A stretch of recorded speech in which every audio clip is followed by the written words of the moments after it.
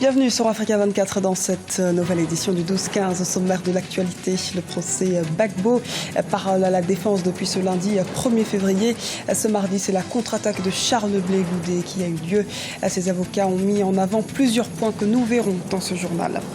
Rétro-pédalage de l'UA sur le Burundi. Il n'y aura donc pas de force de l'Union africaine déployée à Bujumbura sans le consentement du président Pierre Nkurunziza. Le gouvernement burundais salue la mesure, mais l'opposition déplore cette marche arrière.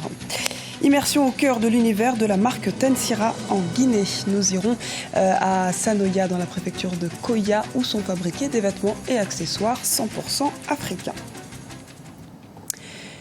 Lundi 1er février, l'équipe de défense de Laurent Gbagbo, dirigée par maître Emmanuel Altit, s'est attaquée à l'argumentaire de l'accusation.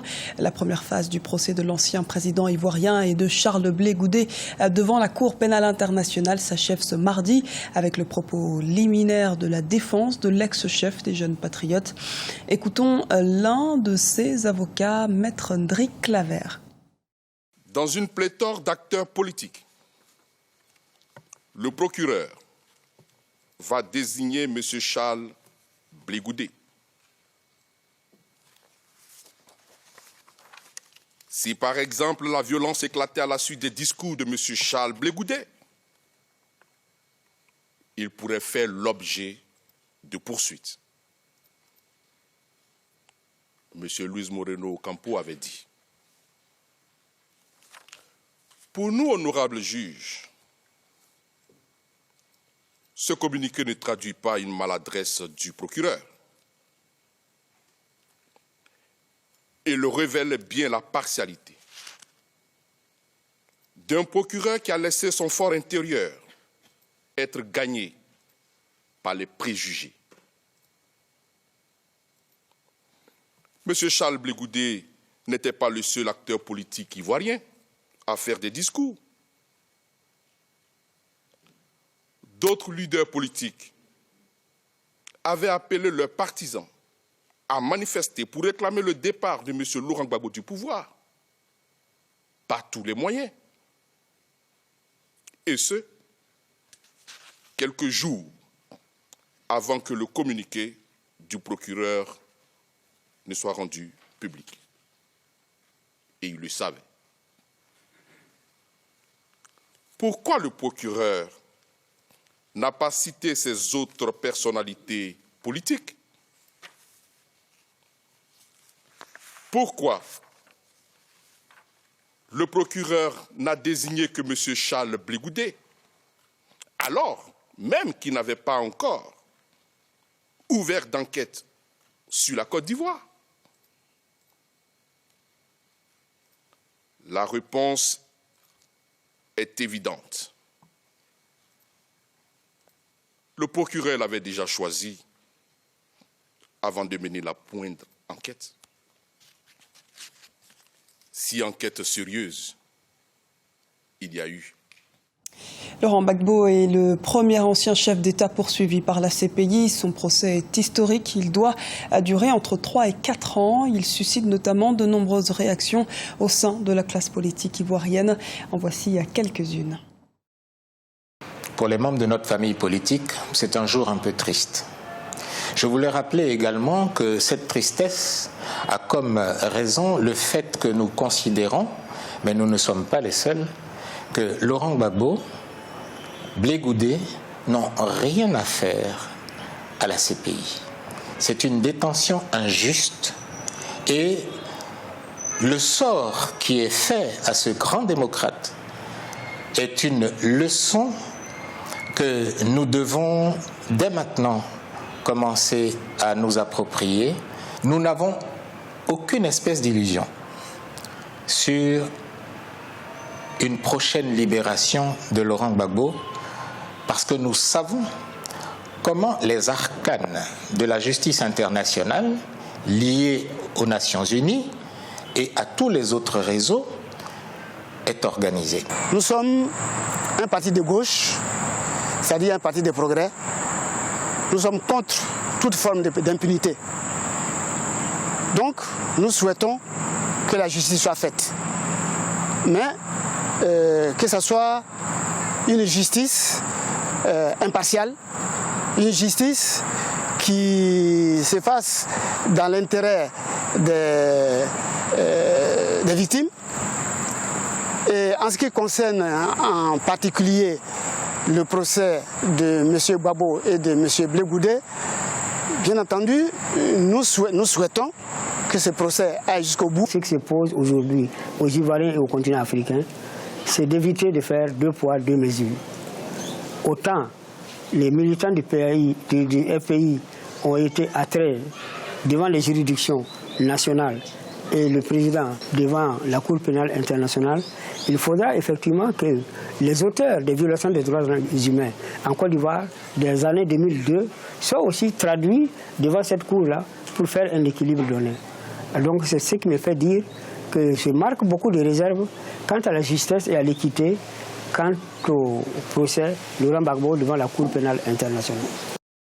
Mon attente est que le droit soit dit et que les inculpés soient entendus et qu'au terme de leur explication, de leur procès, les décisions de justice puissent être équitables, impartiales et acceptables et contribuent au retour à l'unité nationale en Côte d'Ivoire.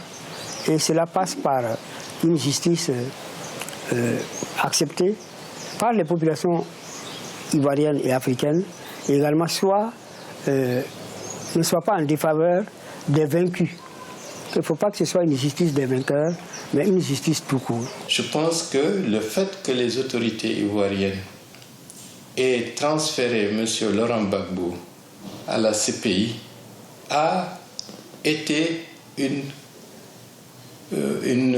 initiative, à mon avis, que je n'ai pas approuvée. Parce que je considère qu'il ne faut pas insulter l'avenir. Il fallait, quels que soient les problèmes, que la justice ivoirienne prenne en charge l'ensemble des problèmes qui concernent la société ivoirienne. Parce que les responsabilités, au-delà des individus, ce sont des responsabilités qui sont partagées.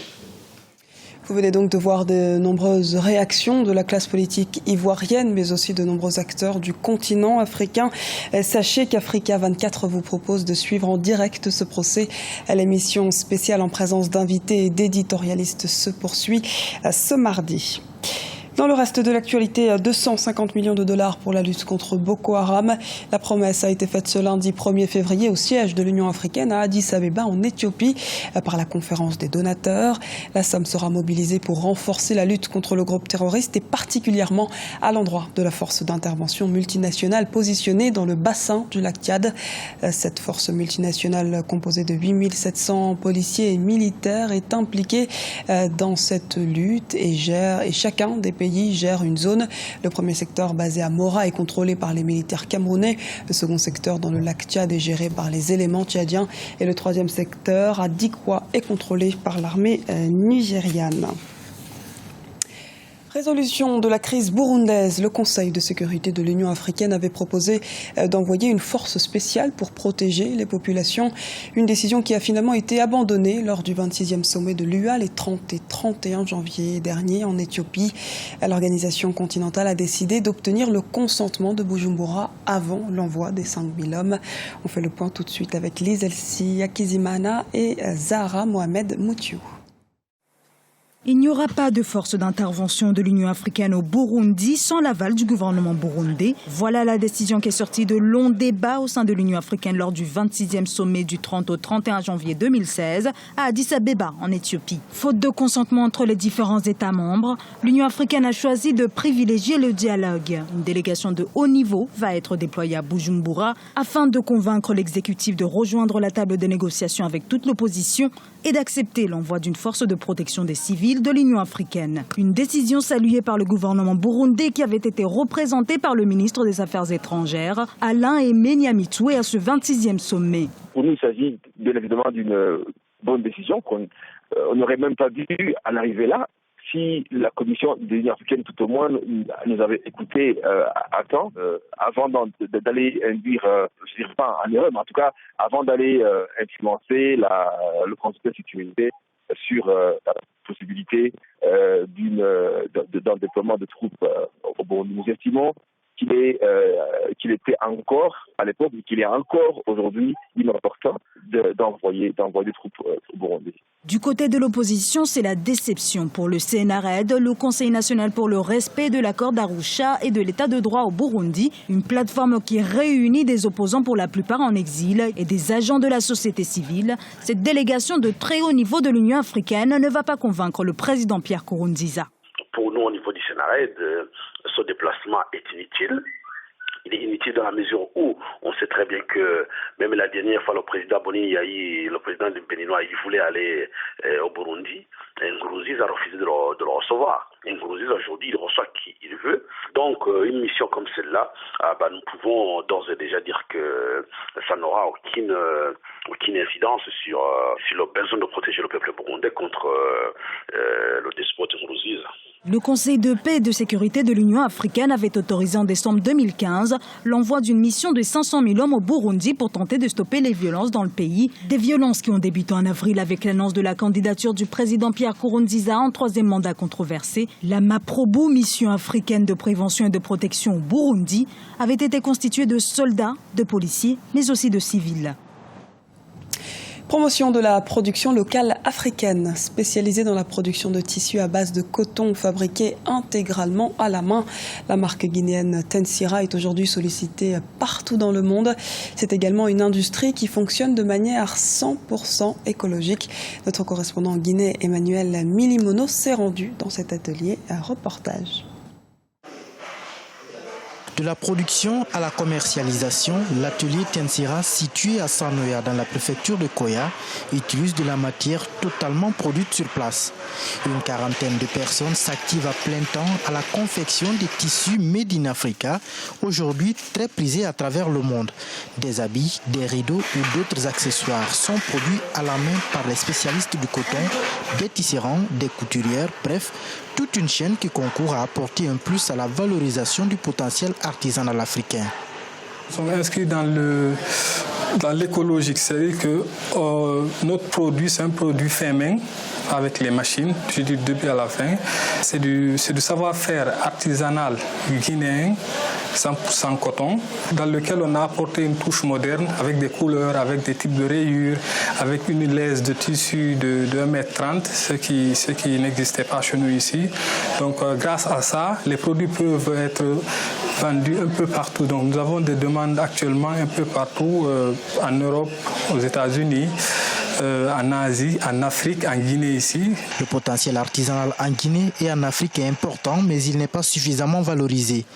Les créations de Tensira Made in Africa sont fabriquées à la main avec du tissu 100% coton, filé, tissé et teint en Guinée-Conakry. L'atelier propose toute une gamme d'indigo avec de la teinture entièrement végétale. Face à la qualité du produit qui fait grimper la demande, les responsables de l'unité veulent l'agrandir pour mieux s'adapter au marché. Actuellement, nous avons une demande plus importante que notre capacité de production. Donc nous sommes sur des projets d'agrandissement parce qu'il faut qu'on réussisse à agrandir, à augmenter la capacité pour pouvoir répondre à la demande. Donc comme je dis, on sous-traite avec des tisserands déjà qui font le métier, on les forme en autre type de tissage et puis on leur fournit la matière première, c'est-à-dire le fil, et puis eux ils produisent le tissu, ils le ramènent. Outre le tissu, l'atelier Tensira propose une gamme de surmatelas et de couettes remplies de capocs à base de fibres entièrement naturelles. L'ambition de ces promoteurs est de développer une activité durable pour les communautés africaines et d'encourager un mode de consommation responsable. 100% naturel, ces produits viennent s'ajouter à beaucoup d'autres articles fabriqués localement et font la fierté africaine sur le marché international. Du sport, avant de clore ce journal avec la programmation des demi-finales du CHAN 2016. Les quarts de finale du championnat d'Afrique des Nations ont livré leur verdict. 4 équipes restent en course pour remporter le titre de cette 4e édition qui se joue actuellement au Rwanda. Il s'agit de la République démocratique du Congo, la Côte d'Ivoire, le Mali et la Guinée. La première demi-finale opposera la République démocratique du Congo à la Guinée le 3 février. La seconde demi-finale sera entre la Côte d'Ivoire et le Mali le jeudi 4 février. C'était le journal de la rédaction. Merci de nous avoir suivis. À retrouver dans un instant une nouvelle édition de l'actualité sur Africa 24.